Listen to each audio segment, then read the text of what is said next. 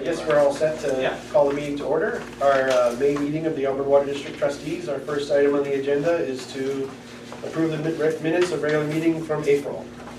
Do we have any discussion there? I'll make a motion to approve the minutes of April 17th. Second. I'd like to second his motion. All right. Yeah, that's like All in favor? Oh, actually, I'm abstaining because I wasn't here. So I read through them, but I'm going to keep mine off just because. Next, we have the financial report from Brenda Palmer. Okay, so if everyone wants to go to the income statement page, we'll start there. So through April, our water sales are above budget. So we're trending still over budget, which is nice. And same with interest income. I think that's going to follow for the year on the interest. And the jobbing and the miscellaneous ops, those are, you know, up and down through the year, so we'll see. That should level out.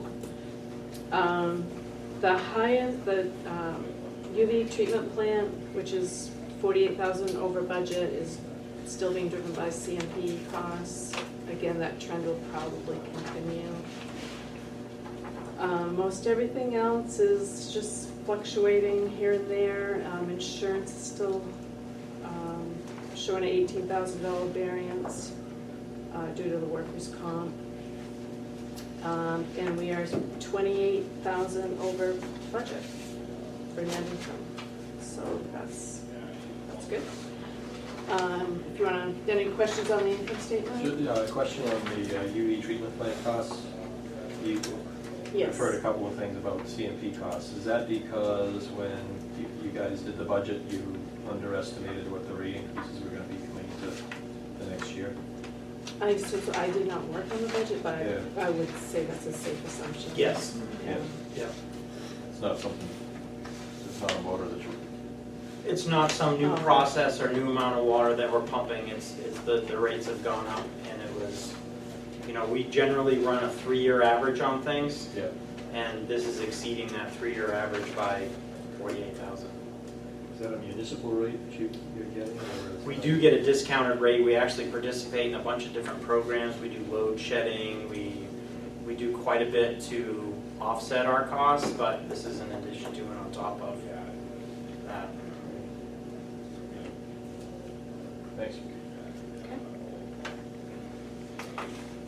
Okay, so we'll take a look at the balance sheet on the next page. Not a lot of movement here, which is okay. Cash is up about $400,000, and construction work in progress is still not taken off yet, so that will probably flip-flop eventually. And we have paid down some in the bonds. That balance is going down, so that was all I had on the balance sheet. Let's have a question. And for the stats, we just dive a little deeper into sales. So again, we are trending higher, which is nice, higher than last year and higher than the budget for both dollars and gallons. We did have a little bit down for the month of April in the gallons, but year to date was still above prior year and still above budget. And accounts receivables trending right on like it usually, so nothing alarming there. And you can see only 161,000 so far in the capital project. And just a visual look at our cash on hand, which is slightly up from last month. So that's really all I had, unless you had any other questions.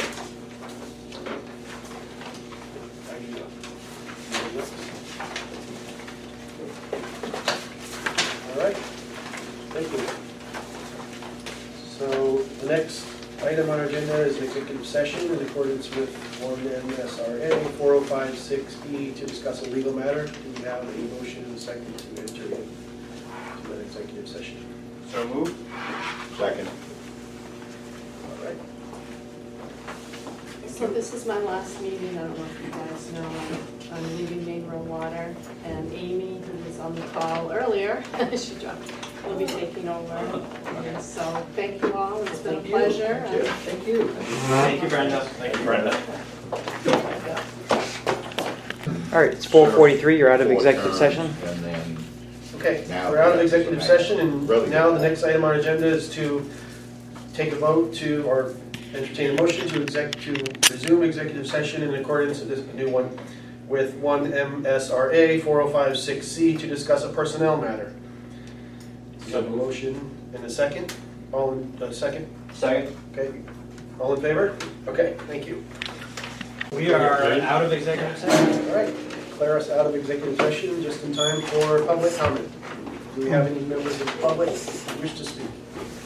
Yeah, I'd like to say one thing about an item that's on the agenda, that Mike has on the agenda under old business, the Lake Auburn Stakeholders Group item. This comes out of the septic ordinance that was passed last December. At this time, this board, at that time, decided that they didn't want to be in favor of any amendments to the ordinance. Nonetheless, the council passed an ordinance which was well-intentioned but had a lot of drafting problems with it. And so the council recognized at the same meeting that they passed the amendments to the ordinance that it needed to be looked at again. So they passed a resolve that it had to be studied and a report back made within 6 months. So that was the last thing that the old council did with it. The new council in early January directed the city manager to direct the planning staff to collect together a group of people who are interested in watershed matters, the stakeholders group, and to proceed to work on amendments to the ordinance. So they did that, and there was a group put together of about 12 people, which divided into 2 subgroups of about 6 each.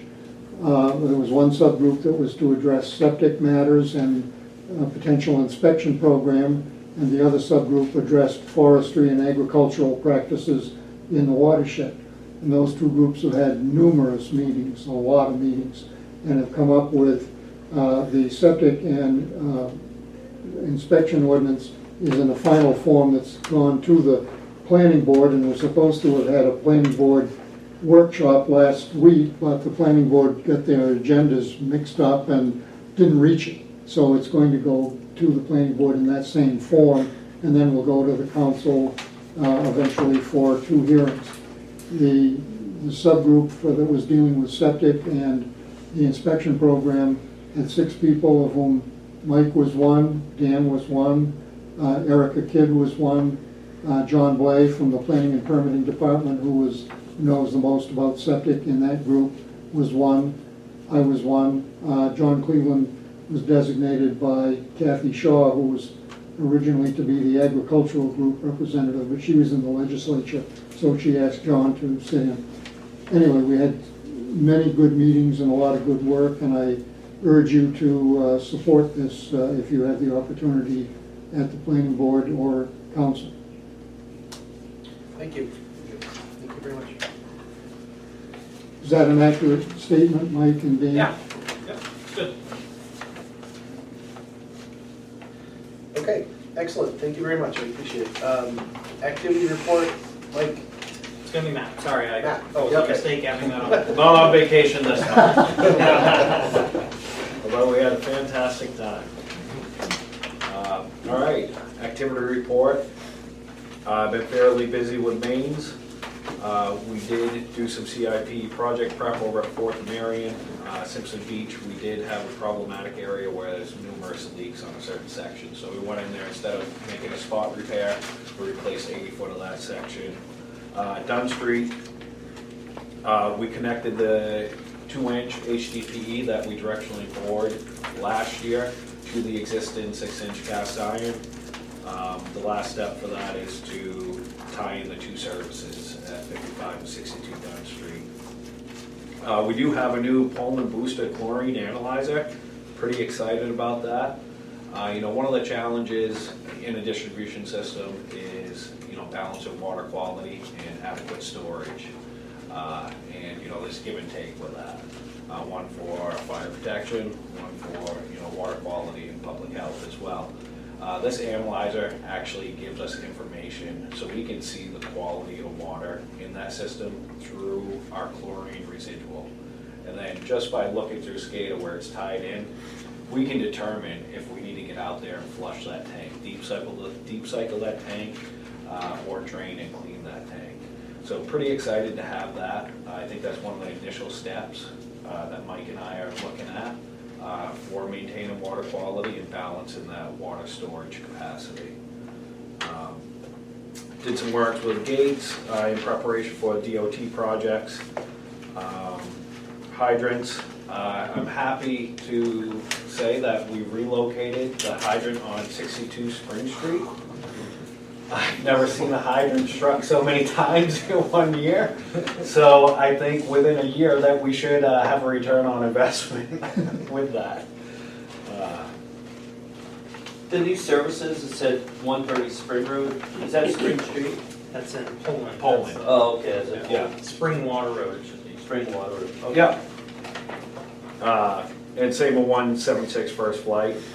That's for a new seafood company that's going to be in place. We're excited for them to be there. They're at one of our outer extremities of our distribution system. So we need to move water. Exactly. So now with them moving in there, they're going to be using a lot of water. Using a lot of water means your detention time in the distribution system drops.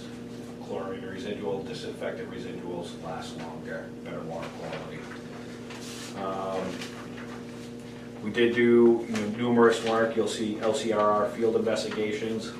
We had a lot of labor-intensive efforts towards that. We addressed service cards based off our historical records that indicated the potential for lead on the services. We went out there.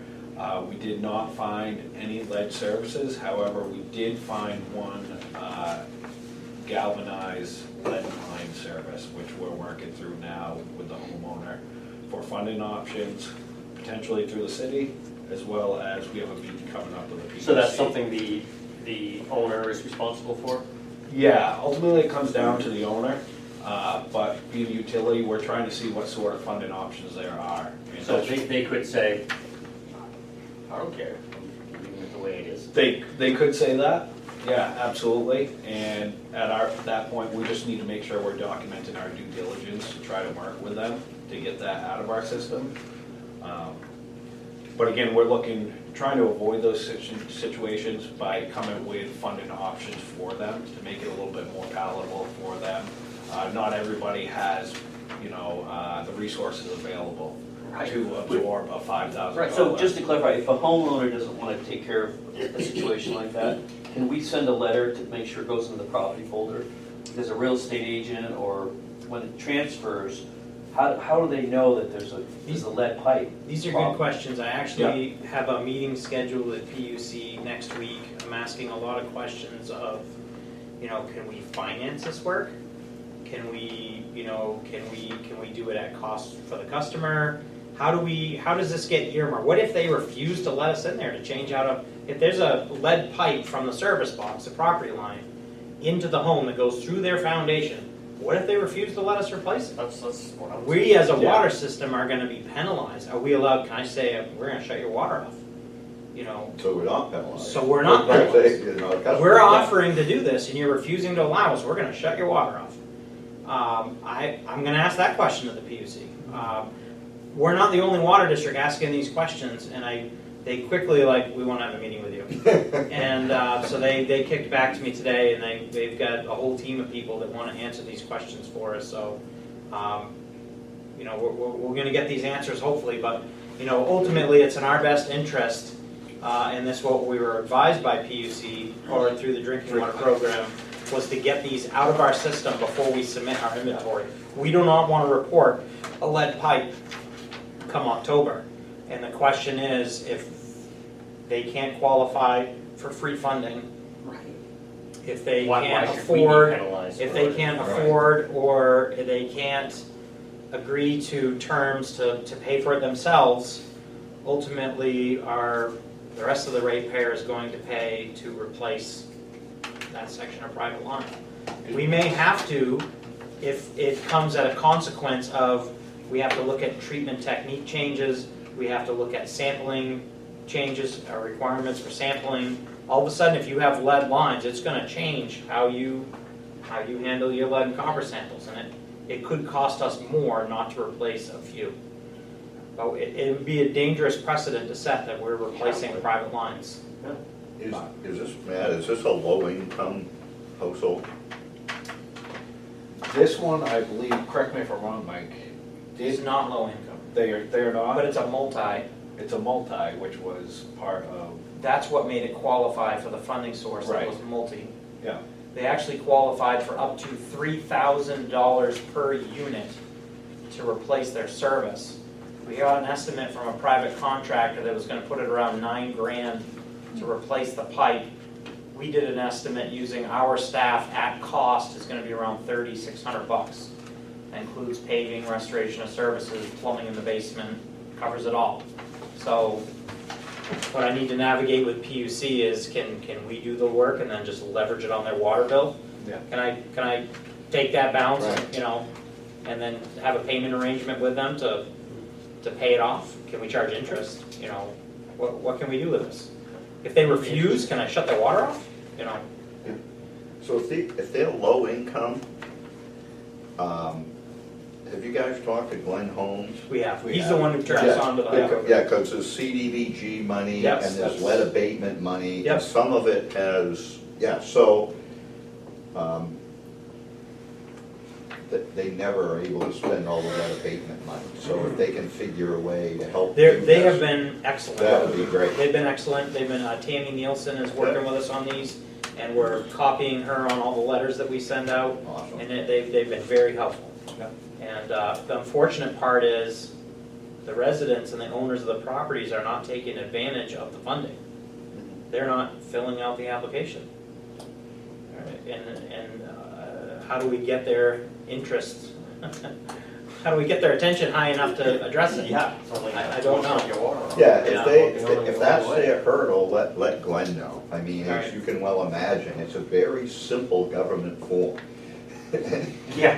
So, I have So- not seen the form yet, so- but I can but- read between the lines, yeah. I hear them talking often about the CDBG people in Glenn's office helping people fill stuff out. So if that's their impediment, let Glenn know. They can help them figure out how to get the forms filled out.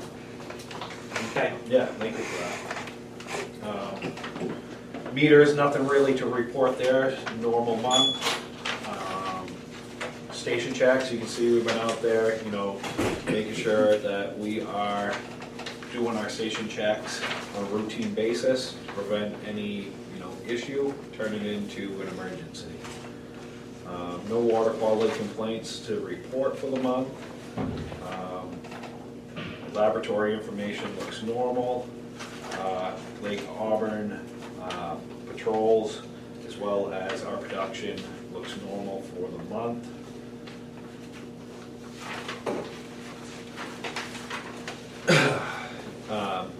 And, you know, as far as April was, the weather was, you know, seasonable. Dig safes are starting to increase, as you would expect. April, you know, construction season starts ramping up. Duty foreman calls, normal month, nothing to report there. That's all I have for the activity report. If anybody has any questions on that.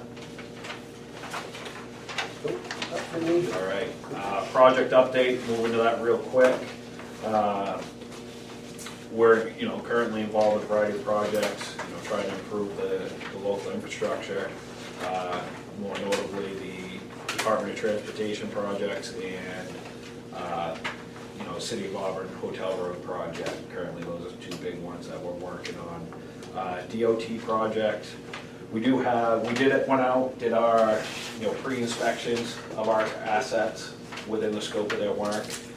Unfortunately, their advertisement for those projects was pushed back a month. They're currently advertising as of today. So hopefully we'll have an update the next week or so as far as if those will be delivered.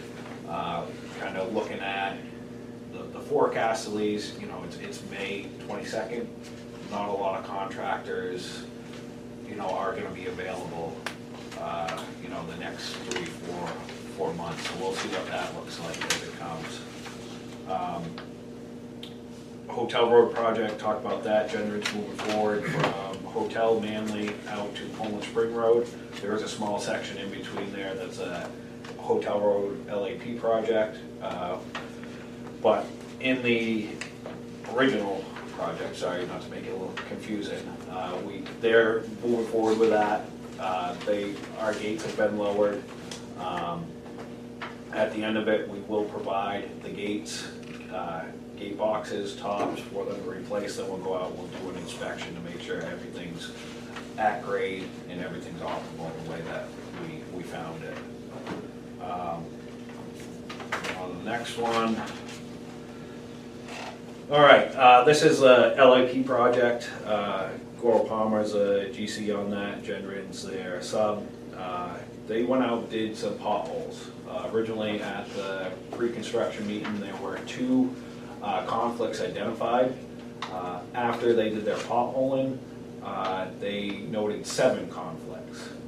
Mike and I were able to escalate this, you know, to the city as well, to Goral Palmer. We're able to take care of 4 of those 7 conflicts with small minor design adjustments. The other 2 required, or the other 3 required offsets for our water main. 2 of them have been offset by our staff. The 3rd one, due to the complexity of that, it's near East Hardscrabble Road. There's a 36-inch box culvert that comes across. There's a lot of groundwater there, and that box culvert has failed. And due to that complexity and us getting in there, lowering our infrastructure, and then we wouldn't fix their box culvert, so we thought it'd be best out of safety for our distribution system as well as our staff to move forward with GenGrid doing that replacement, which they're gonna execute next week. Talked about Dunn Street, Lower Street redundant line project. So they made their way through Court Street. As GenGrid was making their way up Court Street, there are two services of ours that crossed where they're laying their new redundant line. Due to, you know, the integrity of our asset as well as the age of that asset, it required us to do a shutdown. We didn't want to put, you know, their staff to compromise their safety, as well as the distribution safety if we didn't have somebody on site and if we didn't depressurize that while they executed that work. I'm happy to say that they have been good to work with. They covered the cost of our inspection and of our shutdown while they did that work. 4th and Marion, again, waiting for, to see if those will actually be delivered in the year 2024. Not sure if they will be, but Mike and I have been discussing, would like to get out ahead of the contractor, drop our gate valves, install taps so that we can have temporary ready to go. And we know we'll have a good shutdown. A lot of our infrastructure in that area is old, early 1900s. Getting a good shutdown with those gate valves that are in place right now will be very challenging if we can do that at all. And then one last thing, I'm sorry, long-winded. Chestnut Street Pal Center, that contract was awarded. We're working with the contract. We have a site visit next week. We are going to relay main from Webster Street to their offset, and then from the north end, from Winter Street down to their offset. We would hate for them to go through, do this work, put a new beautiful Pal Center in, and we leave 8-inch cast iron from the early 1900s and potentially have that. Is there a big change in water needs for the new Pal Center? Is it, do you have like a pool or showers or? No, they're going with standard 2-inch domestic line. They are gonna put a 6-inch fire service. They will be installing a private fire hydrant. All that will be included in the offset. that they're responsible for. We're just gonna go and drop a gate at Webster Street, relay the main to where they're gonna connect the offset, and same at the opposite end. That's all I have. I know that was a lot, and that was really quick. If you have any questions. That's good. Great, thank you. Next, we have the update on the storage garage under new business. All right, Dan, you raised this question, you wanted to hear about this. I did bring this up with the sewer board, they didn't request it, but it's kind of, they follow along with this, so I wanted them to be on the same page. Back in 2023, we actually budgeted to do a feasibility study on what would we need for garage space. We started looking at, we actually own 4 different lots of property here. For everybody's education, back 5 years ago, we bought a house lot across South Street, which is the street right here at the end of this building. That's South Street. We bought a 3-story single-family home. We demolished that. We now own the property. 2 years after that, the next house over, which was, we wound up purchasing that. We tore that down. That's now part of this gravel parking area over here. The thought was that we could build a storage garage in that area, so our trucks and equipment that are sitting outside, we could put those inside. My concern with doing that is, yes, we need storage space, but we also need a lot of other stuff. You know, we've been in this building since the late 60s. Not all of our equipment fits in there. It's not really set up for us to do a lot of maintenance. There's not a lot of...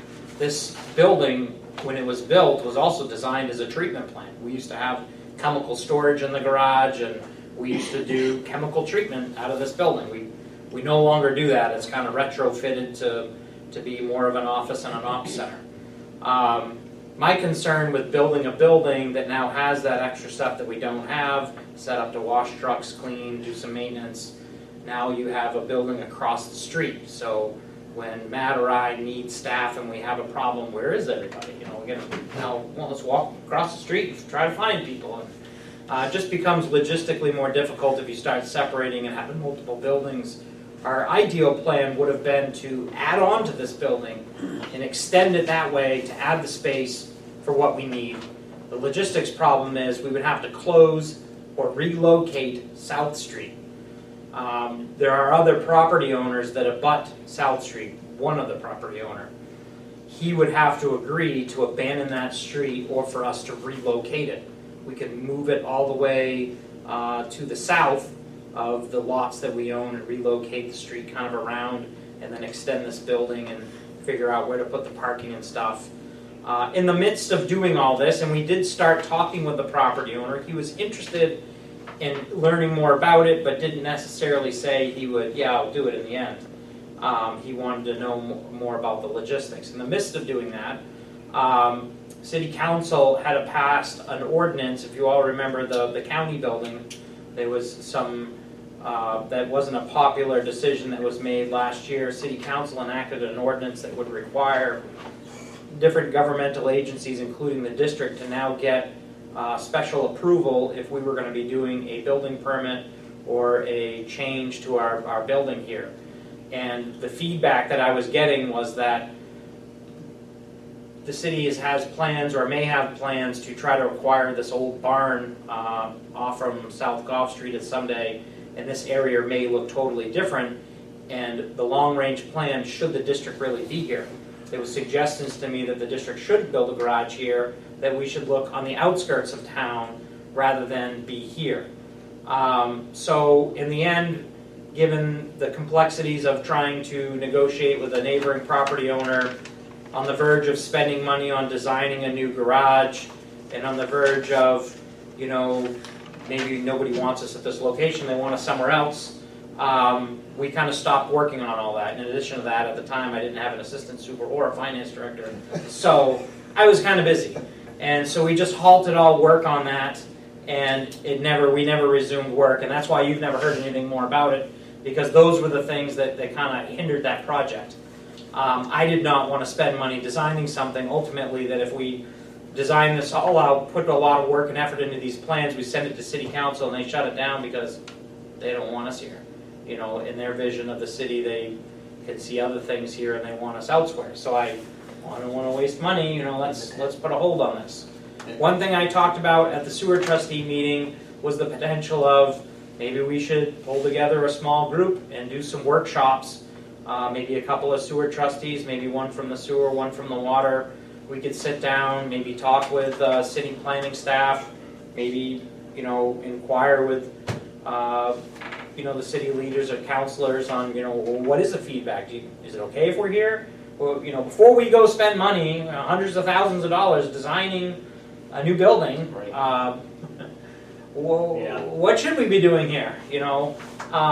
So that's kind of where I left it. The sewer district didn't take any formal action, but I feel like that would probably be the path forward, is to, sit down and really workshop that and try to get buy-in before we sink a lot of money into something that may in the end get shot down. So that's where it's all at. I know there's a lot going on right now. Maybe this is something we bring up later in the year, or maybe there's some more time. Maybe we get past these stakeholders groups and water quality ad hoc groups. Maybe there would be more capacity at that time that we can then maybe create this long-range plan for, someday this building is going to have to be addressed. It's going to have to be updated, replaced at some point, or rehabbed. Do we want to sink that money into here, or should we be looking elsewhere? The sewer has interest, they've expressed interest in that group? Or? They generally, they were, Bob and Dan, you were there. It was pretty much that kind of makes sense, have a subgroup. And even just to start the discussions now and formulate a timeline for what you would recommend, and we could come back and talk about that. What do you guys think? Well, I think that something you certainly should be deciding what your needs are, and then have a discussion about the issue of location, right? Because I think it's going to be a completely different discussion with the city if the sewer board and the water board that say, no, we want to stay where we are now. Eventually, we want to renovate this building. We want to add on it. That might be a completely different discussion than operationally we could go elsewhere. Because I think that Mike's correct. There's a bunch of activity that the city continues to work on relative to the old shoe shop and the police department. There's no near-term, as much as everyone would like a solution to that tomorrow, there's no near-term solution there. But long-term, I don't think anybody envisions that to be compatible with industrial-type activity, which is what goes on here. But you're here. I would just say, put my mayor hat on for a minute. That's what the boards ought to talk about, because if you say, well, we could be someplace else and address our long-term needs, I think that opens up potential different discussions than if the answer is no, we really need to stay where we are, what those discussions might be to accommodate that. So. Yeah, ultimately, why would we want to move to the outskirts of town or down into South Auburn or up in North Auburn? If we have an issue right now, we're pretty centrally located. The police station was there for a reason. It was in the center of town. You need to go north, south, east, west, you're in the middle. That's kind of nice about where we're at right now. But I will tell you, logistically, rolling equipment out of here, dump trucks loaded with excavators, pulling out of this intersection, trying to go left up the hill, you can't drive a loaded dump truck and an excavator up over the hill, you gotta go through 3 intersections to You get do it once. It's not ideal being here in some instances, and in other instances, because we're central, it's great. So I think you're right. I think we need to maybe pull together a little subgroup, talk about these types of logistics and where we would fit in the long-term plan of the city, location-wise. Oh, right in the pit. I find the city manager and planning staff to be very flexible and creative, right? So, once we decide what to do, you just caught on to that. I didn't realize what you meant. They're kicked in there all of a sudden. That's pretty good. So once they decide if that's a possibility, I think city would be very interested in having discussions about what possibilities they might be able to participate in. Yeah. Okay, no, that sounds like a plan. I will, is anyone interested in being on this subgroup? Sure, I'll help out. All right. But last night, when you were talking about this, you talked about immediate needs. Like you said, you Yes, had well, immediate needs.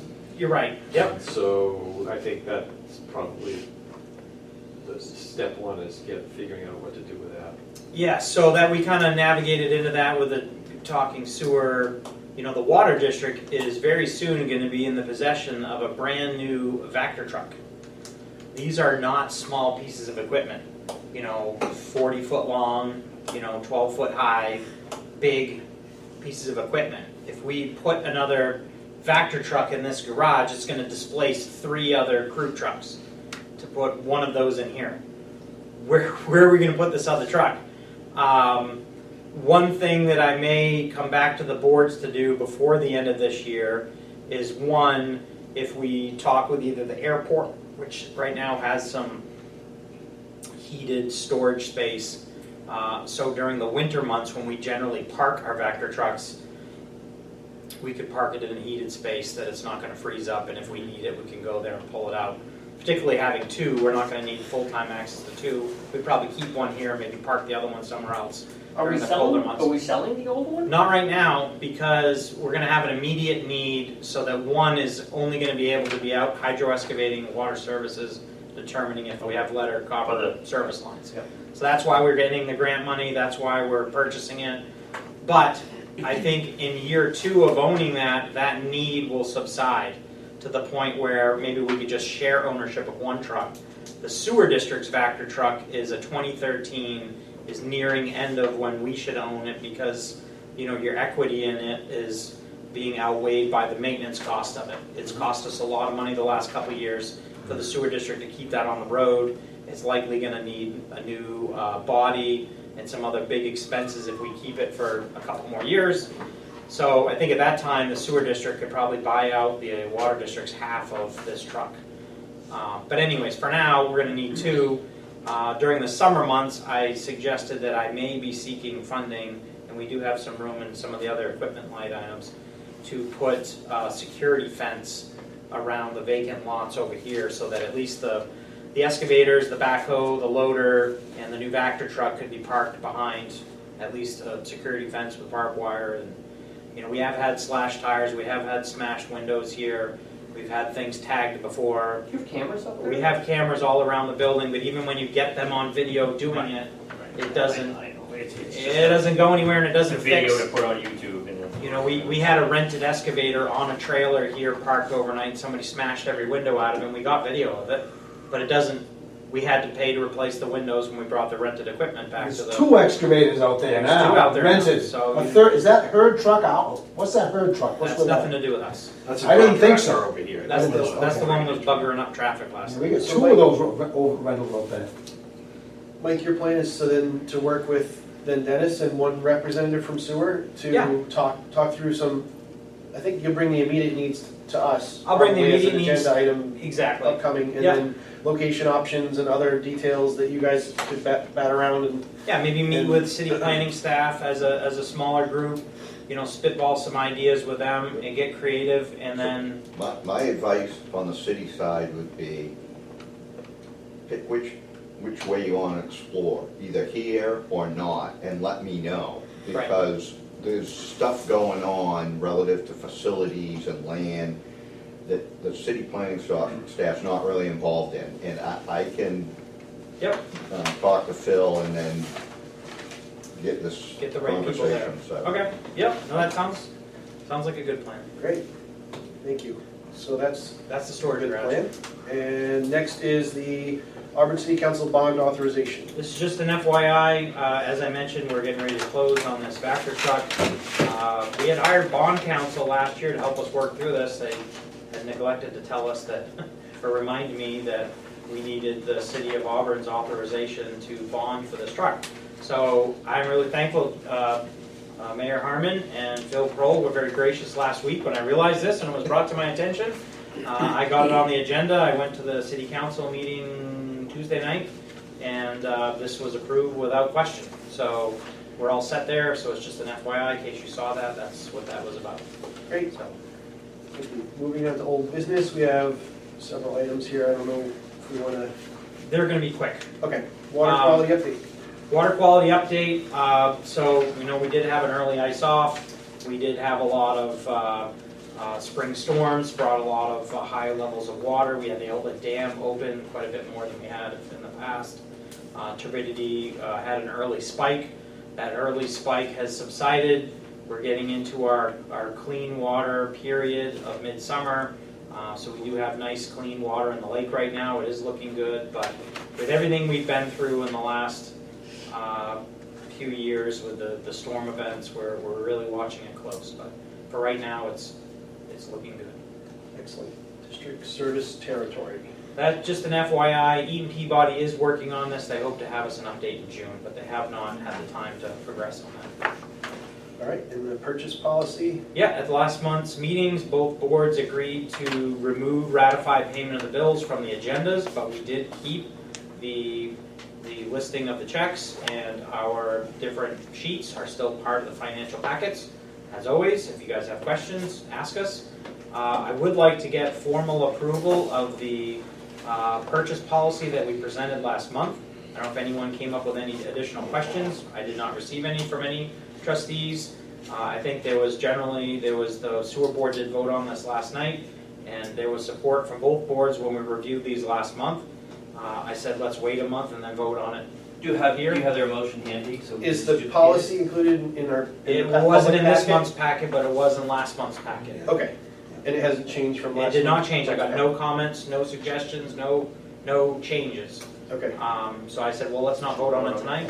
I think we should entertain a motion to adopt that policy if you desire. Does anybody want to make a motion to adopt the new policy as stated? Do you remember how the sewer did it last night? Let's move to adopt the purchasing policy as written. That's what they said. I'll second it. So we have a motion and a second. Any discussion? Further discussion? Hearing none, all in favor of formally adopting the new policy? All right, thank you for supporting Excellent, that. unanimous. All right, very good. Cost apportionment discussion. All right, this is an update, so appreciate Dennis Bergeron, trustee, for agreeing to be part of this and taking Andy Titus's place. He and I did meet a few weeks back, just so I could, go over the interlocal agreements with him and get him up to date on our past meetings. I did send out a formal request to Brian O'Malley and Kevin Gagne from the city of Lewiston to have a follow-up meeting. I have not heard a response back to that just yet. I do know they, as we know, they are kind of down a city administrator. They're also down a water and sewer superintendent. I know, like us, they kind of have their hands full. But I did ask Kevin. I saw him at a staff meeting last week. Did you receive that? Yeah. We're going to get back to you. So I am anticipating that we'll hear back from them soon and be able to have a follow-up meeting, but one has not occurred yet. By the way, if the trustees, the 7 of us, want to contribute to the loss to our ratepayers of that 14% subsidy in Lewiston, it's $2,023 a month for each of us to give back to our ratepayers. I don't know if you guys can afford that, want to bring in checks, money orders, but the water district will also take credit now, so. There we go. All right, so that's the update on the cost apportionment discussion. Okay.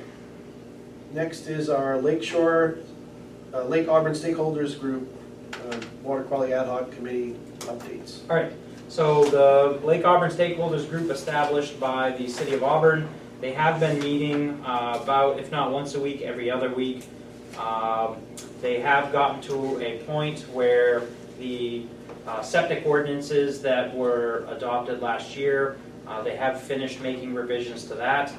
This was on the agenda for the planning board meeting last week. They did get through a couple of the revisions that they've made, but they did not get through all of them, so that will be going back to the planning board to workshop and discuss with the public. Dan and I have been, Trustee Villado, myself, have been assigned by the Water District to be part of these groups. We've been going. I have not disagreed with anything that has been recommended. I have kind of gone into them kind of open and neutral. I'm not going to these meetings with any agenda or any suggestions of my own. I'm just listening and offering my opinion where I see it fit. A couple of the big things that they've clarified, and I'm glad that they did, and I'll bring to your attention. I did include these in the packet. On the septic standards, there was a requirement, so the city is looking to institute inspections of all of the septic systems in Auburn within the watershed. There was no guidance for that. There wasn't a protocol, there wasn't a clarity on, well, how are you going to do all of these? So this group has developed a map. They've sectioned them off so that you would do so many per year and get all of these done within a 5-year period, which provides clarity on how you accomplish this. Now, is it going to go by, I mean, wouldn't it be prudent to go by age? Well, we looked at a few different things. We did look at age, we did look at topography. Should you go by slope? Should you go by proximity to the lake?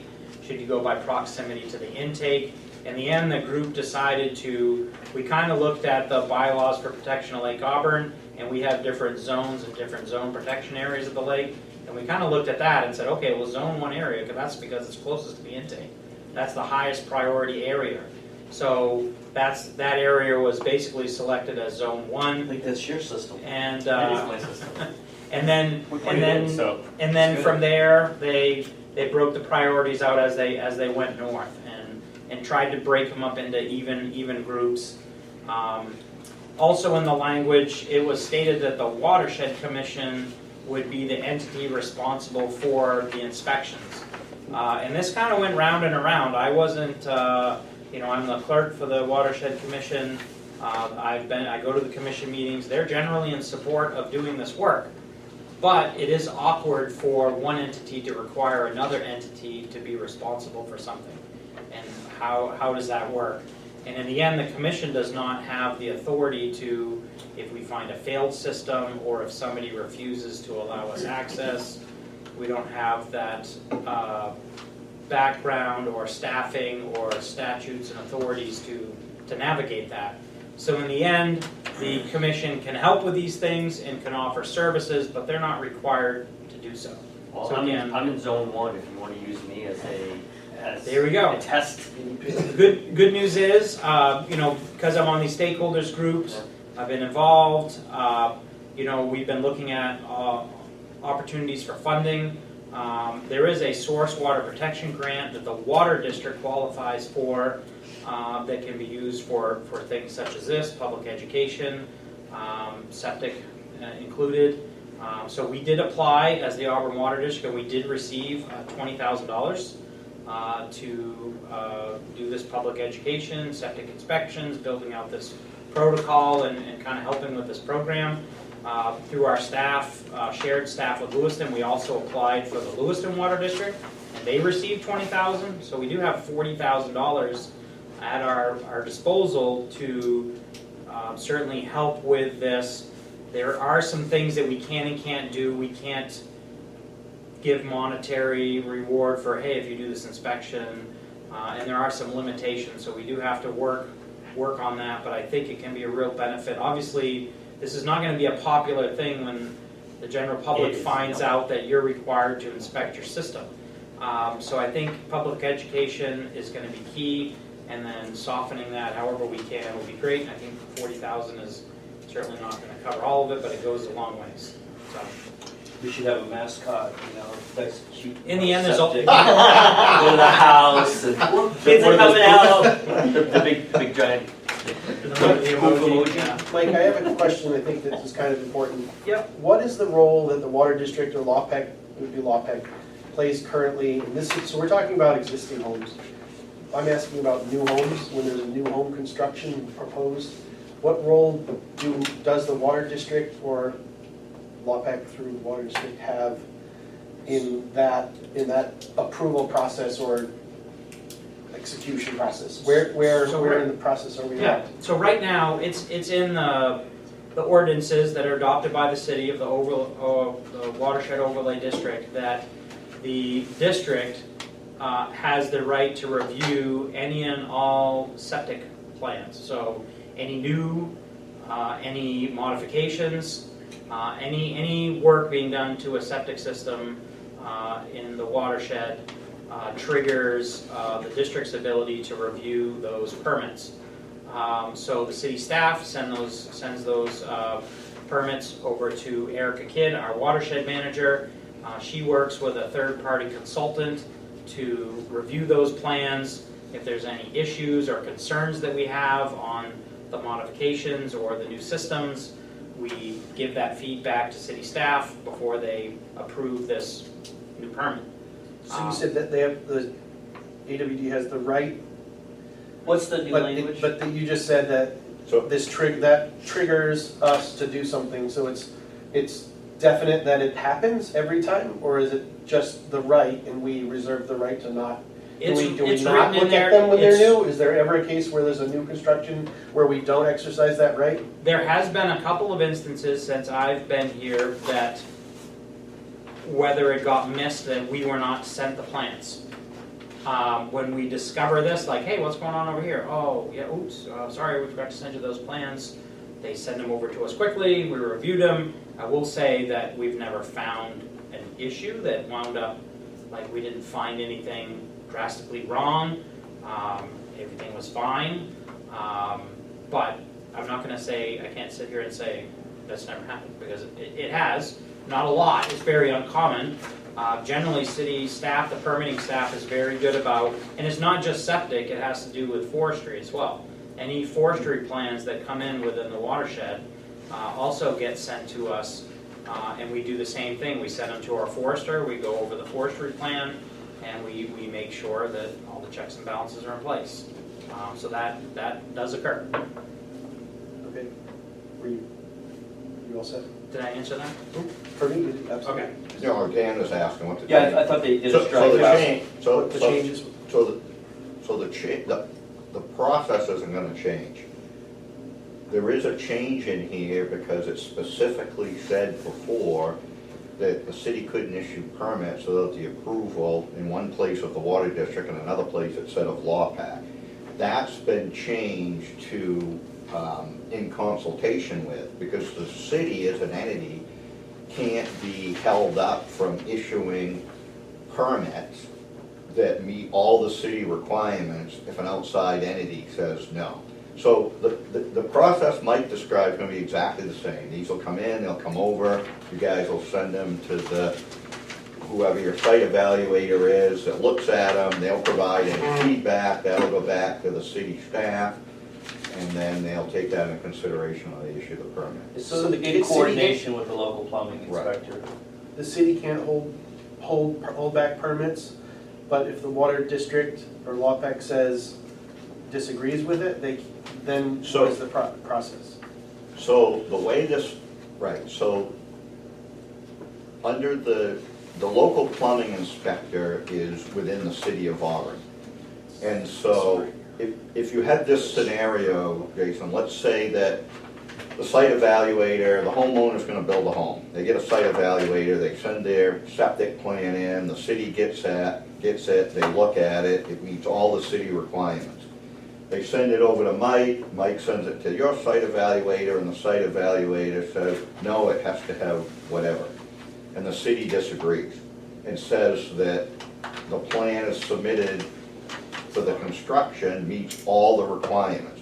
The city can't be put in a position where they're saying, as the licensed plumbing inspector under state statute, this meets all the requirements and we would issue the permit, but for the fact, in this case, LawPac would saying, no, it doesn't. So this process will be the same, and I don't think if the site evaluator that's looking at these for LawPac and the water district points out some deficiency that the staff isn't gonna take it into account. But as a legal matter, they can't be, residents have a right to these permits if they meet all the requirements. And the city can't be in a position of saying, well, yeah, you meet all the requirements, I can't give you a building permit because the site evaluator from LawPac doesn't agree. See, in the past, there was the 36-inch ordinance, and there's history that people were actually fabricating or filling or trying to get around that. So we really needed to be there, present as a district in the hole to verify the 36 inches. And that was that de facto zoning tool that's been in place for all these years. So now it just cleans it up. I mean, people are gonna have a right to build, you know, as long as they meet at least the state standard, and then all these new local requirements that we put into it, which just make it incredible good septic systems. So, Cool. So yeah, I mean, those are the bigger changes. The rest is just small, in my opinion, clerical changes. There was nothing else that I thought would really impact us other than that. I mean, the wording before was Auburn Water District. Yes, Erica Kidd is the watershed manager. She works for the Auburn Water District. It's half funded by the city of Lewiston. When we send that to a third party, the Watershed Commission actually pays the bill for the third party. So the fact that it says the commission now is fine. It's not gonna change anything. So yeah, the rest of these, like I've said, Dan and I have been going to these meetings. I fully support all of these. I have been asked to go to planning board meetings when they have workshops and speak in favor of these. Also heard at some point there'll be a first and second reading at City Council. If you guys are in favor of me supporting these, I'll continue to go to these meetings and do that. But I guess I just. Yeah, Jason, I would motion to have Mike represent the trustees, to continue to represent the trustees on the stakeholder meetings, and to be present when he can, or when he's asked to be. So motion for Mike to continue to represent the trustees Yeah. and in your current capacity, and Yeah, to be present and if he's available to comment. we have a motion. Is there a second? Yeah. Okay, any discussion? Motion is just to basically continue authorization of things the way they have been. Mike's attending, an active participant, went to the planning board. They didn't address this specific item. That was, I think you were there for, but. But this vote clarifies it, because if I go to a city council meeting and they ask, are you authorized by the board to be here? Yes, they can vote. I am authorized to be here. So. Well, we haven't voted yet, but. Right, but if you do, and I'm not suggesting you do one or the other, but if you do, then that does clarify it for me, because when I'm asked and I don't have your vote, I am supposed to be I there. would also support that clarification. So any further discussion? All in favor? Thank you. So was it an ad hoc update too, or? There have not been any meetings of Okay. the ad hoc committee. I do suspect once we get through this revision process, pull that group back together so that they can then review all of these and be on the same page. But I feel like that group's term may be coming to the need for that other group may be coming to an end. It seems like the work that the Lake Auburn stakeholders is doing is good. I think that group still has valid because it has had participants on it from the city of Lewiston and from the commission. So maybe as we kind of wrap up some of these ordinance revisions, it would be good for that group to get together one last time and that group was specific to the lawsuit? that group was created by the Water District to look at recommendations by the Watershed Protection Commission. So the Watershed Protection Commission wrote the district a letter and made recommendations that you adopt ordinances or support the adoption of ordinances basically consistent with everything that's in here. And so the Water District said, well, before we do that, we're in the middle of litigation, let's pull together a stakeholders group made up of all of these people and go over these, and that was the purpose of that water quality ad hoc committee. So yes. Excellent. All right. Next on our agenda is Lakeshore Drive MPI. All right, so we discussed this at last month's meeting. The district was awarded an MPI project through Maine DOT. What that means is they allocated $750,000 that we would basically get as a grant if we would take on the project, which would include up to $1.5 million in work to replace the culvert on Lakeshore Drive. The district did sign a commitment letter saying that we would take on this project. We are not at any risk if we decide not to do it, or if we wait so long, we may just lose the funding. We had reached out to the city of Auburn to ask if they would participate in our portion of the funding, so our half of the $750. They declined to do so. I reached out to the city of Lewiston, and they have had a couple of meetings with me on this. They are inclined to participate with this project, but their funding is different than ours. You know, we're budgeted on a calendar year basis. Being a district, we're a little bit more agile. We can react quicker to funding needs. If we need to budget this project wouldn't occur this year.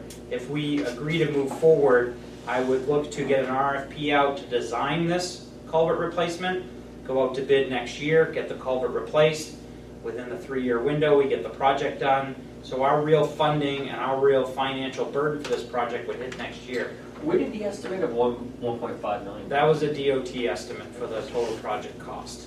So someone just kind but of just driving by out there and going, oh, it's going to cost about. Yeah, Yeah, but we may find out it's more or less or right on after the design work. Right, that's where when the design work happens, you'll find out if it's gonna cost you $500,000 to do this, or if it's gonna cost you $2 million. We don't know that. So Lewiston currently, right now, is budgeted in their CIP, which I'm told will get approved in June, to do a project to study if it would be beneficial to extend our intake pipe in Lake Auburn. Right now, our intake pipe is about 900 feet from our treatment facility. It's in relatively shallow water. It's subject to seasonal temperature changes. The long-term theory was we'd be much better off in the deeper section of the lake, deeper in the water column, below the stratosphere, so you can pull in cold water, more stable water. But to just do that, you need to study it. You need to study the water quality for a year. It's not a cheap endeavor. Roughly estimating $200,000 to $300,000 for this type of study. City of Lewiston has that in their CIP right now to do that. This is something, some of you that have been on this board for a little bit of time now, in the fall of 2022, we actually had an RFP drafted. We wanted to move forward with this, but at the time, Lewiston was not funded. So we didn't move forward because, well, they were going to match the funding with us or work with us on it. So since then, they've been working to get it in their CIP, and it's here. The question is, and the question Kevin had for me was, do you want us to divert the funding that we have for the intake extension to go towards the MPI on Lakeshore Drive? Are you asking me to request additional funding to fund both the intake extension and to do the MPI? Or do you only want to do the intake extension and not do the MPI project? So we met last week and we discussed these things, and I said, well, those are all really good questions. You know, the Lakeshore Drive culvert, the bottom of the culvert is gone, it's failed. The shoulders of the road are completely eroded. It's a hazard. It's a problem. It's an immediate problem. More erosion is going to continue to happen. It's going to continue to degrade the quality of the lake. Part of our concern is, well, what happens if you replace that culvert and just put a bigger pipe in there? Is there the potential that, you know, right now that kind of restricted culvert that's there, the water dams up on the Townsend Brook Road side, and it kind of gets held in that watershed till it can all go through the floodgate into the lake. In the past, that was never an issue, but since the culvert on the Tot Lot was replaced and was a much bigger culvert, it's now caused this. We've overtopped the road, 3 times since the Tot Lot Road culvert. So now all of a sudden you got a bigger culvert there, you put a bigger one here. Are you going to put the lake into further jeopardy by all of a sudden putting a bigger conduit? Just restrict Tot Lot. Throw some bricks in there. Yeah. So I guess You know, this is a really good question, and I don't know if I have a full recommendation. Ideally, let's do both. But this is big funding. You know, our portion would be $375,000 for the MPI project. That's half of the 750. The intake extension, we would be looking at probably in the neighborhood of $100,000 to $150,000 between this year and next, and that's to study, you know what this would mean by extending that pipe. That would also include design work on the actual extension. And I think at the time, we were in a different situation with funding. We had just bonded $2 million, and we were looking to do that work, but we, you know. So if we have to do the intake sooner than later, I mean, no one out there but the two water systems are gonna fund that. But this thing, if we have to close the Lakeshore Drive because of 2 more bad rain events, I think there's gonna be a lot more outreach from the state, from, no? This 750,000 is a gift directly from the commissioner at DOT. They go on 7-year cycles. Lakeshore Drive is not in their 7-year plan. So because of that and recognizing the issues that were there, the commissioner extended this offer of $750,000, but the way that program's set up, it's a 50-50 match, so it's not like they could pay for the whole thing. Okay, so you say a 50-50, are we getting 750 or? Only if we spend 1.5 million. Okay. To Mike's point, if they did this design that came in at $600,000, you get $300,000 from the state. I mean, it's not that they're just winging this. They have some idea of what it takes to do this. That's why they came up with the 1.5. But I don't see them, I see them doing what they're doing now, Dan, is pouring a bunch of rock in there just on the side of the road. I don't see them any plan to rebuild that road completely under DOT anytime in the near future. I mean, if we proceed and we ask Lewiston to, request from City Council in Lewiston funding for both the MPI and the intake extension. Try it first. Sure. Try that first. Yeah. If they can come up with their commitment, we get this designed this year. Let's say the design costs $100,000, so it costs us $50,000, which we could split with Lewiston, so it costs us $25,000 to get the design work done on replacing the culvert. That's how that formula matches up. Next year, when this goes out to bid, when this work gets completed, at the end of the day, we may wind up having to spend another $350,000 for our basically quarter of the project if we do a 50-50 partnership with Lewiston. That bill would hit us either at the end of next year or early 2026, potentially. That would be near the end of the 3-year life of the office. Right, yeah, the 3-year end of the life is 2026. We'd have till the end of 2026 to do this. So, again, it's not something that's going to cost us this year. Same thing with the intake extension project. We actually already have the RFP drafted up for that. We would have to get that circulated. We'd have to interview firms, find a firm that is willing and able and can do this water quality work. It's a lot of monitoring that would take place for one entire season. You'd want to get your spring, your fall, your winter months. What does the water quality do out in the deep hole? We don't want to just extend the intake pipe out there and then find out, we can't use the water in the winter because it freezes up our pipes or something. You can't just do that without studying it first. Again, the bill for that probably wouldn't hit until next year. So I'm not looking for maybe we'd have to spend $25,000 this year if we did the design work on the MPI. We do have the cash to support that, but the other ones would hit next year. So maybe to your point, Dan, maybe we shoot for the sky first and say, yes, Lewiston, we want you to request funding for both. Because if Lewiston waits to next year to put in their capital plan the Lakeshore Drive project, they won't get that money till July 1st, the earliest they could spend it. Right. And we've got to get a contractor too.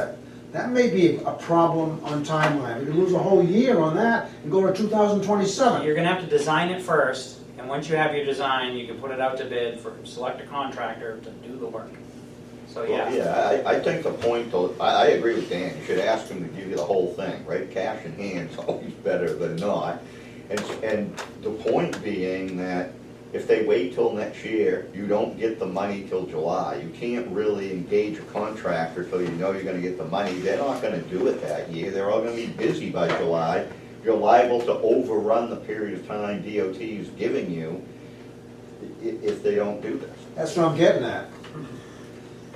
Can I ask a question? I haven't been here for the intake study and the extension. Have we ever given any thought to having redundancy instead of extended? Because that gives us flexibility in our filtration waiver if we have a compromised intake. Yep. That we can then shut that one down, transition to the other intake. I think that was part of the That's- extension. was- Well, when it's not been designed, doing this redundant or extension of the intake, our internally staff, we had discussions and we were thinking, just like you, that we would have the option of, well, maybe in the winter months we take from the shallow one. Yeah. And maybe in the summer months we take from the deep one. But the question still remains logistically, how would you, At first, we just gotta study, what's the water quality Sure. like out of the deep hole? Yeah. That's the first That's phase of the awesome. project. It was a recommendation to CDM Smith, as part of the lake analysis, extend your intake out to the deep hole. That's why we're looking into this. That option would come up in the design portion, and I think we'd be way better off having both options, as you've stated. Having where you could clean one and work on use the other, or vice versa. And then if we have a turbidity event that puts our filtration waiver into jeopardy, Go to the we deep could one. then go to the other one. Right. Yep, no, definitely. So this one's about specifically the Lake Shore Drive, but I guess the question is, do we agree, kind of, it sounds like it, directionally go ahead and... He has a consensus to go. Okay. To ask Okay. Lewiston. So I'm gonna request that Lewiston fund both projects, and we'll wait for feedback from them and how we would accomplish both projects, given the MPI timeframe Yep. for this. Okay. Okay, sounds good. The next two items. So, poll and service stuff, just an FYI, I did respond to Mr. Hewlett, who came to our trustee meeting last month. The letter is copied, that's all. We sent him a letter, and I have not heard since, so that one's done. Okay. LCR update, this is, I do want to say this, I know this has been a long meeting, we're almost 6 o'clock, I'm going to end this before 6. We have a lot going on with LCR. We are going to be sending out 3,800 customer letters. We have new information on our website that is now live. We are going to be pushing a social media campaign to get the word out, get the lead out in Auburn. We got a banner, we got a permit, we're going to be putting a banner Our out. mascot's out going on- to be present. Yes, out on Court Street. We're hiring a couple of summer interns. We're going to be going door to door to these 3,800 homes to get inside and find, do inspections and hopefully find no lead. So that's what we're doing. Our deadline is October to get our inventory submitted. Right now we have 3,800 unknowns. If we do an exceptional job, I feel like we'll get 30-40% of that 3,800 done. If we exceed that, I'll be ecstatic. But we will have unknowns come October, but our goal is to reduce that as best as possible. So that's the update there. Great, thank you. Trustee open session. Any trustees have anything that wasn't on here to bring up? Hearing nothing, I will entertain a motion to adjourn. I'm on the adjourn. Motion to adjourn, second? All in favor? Yeah. Thank you.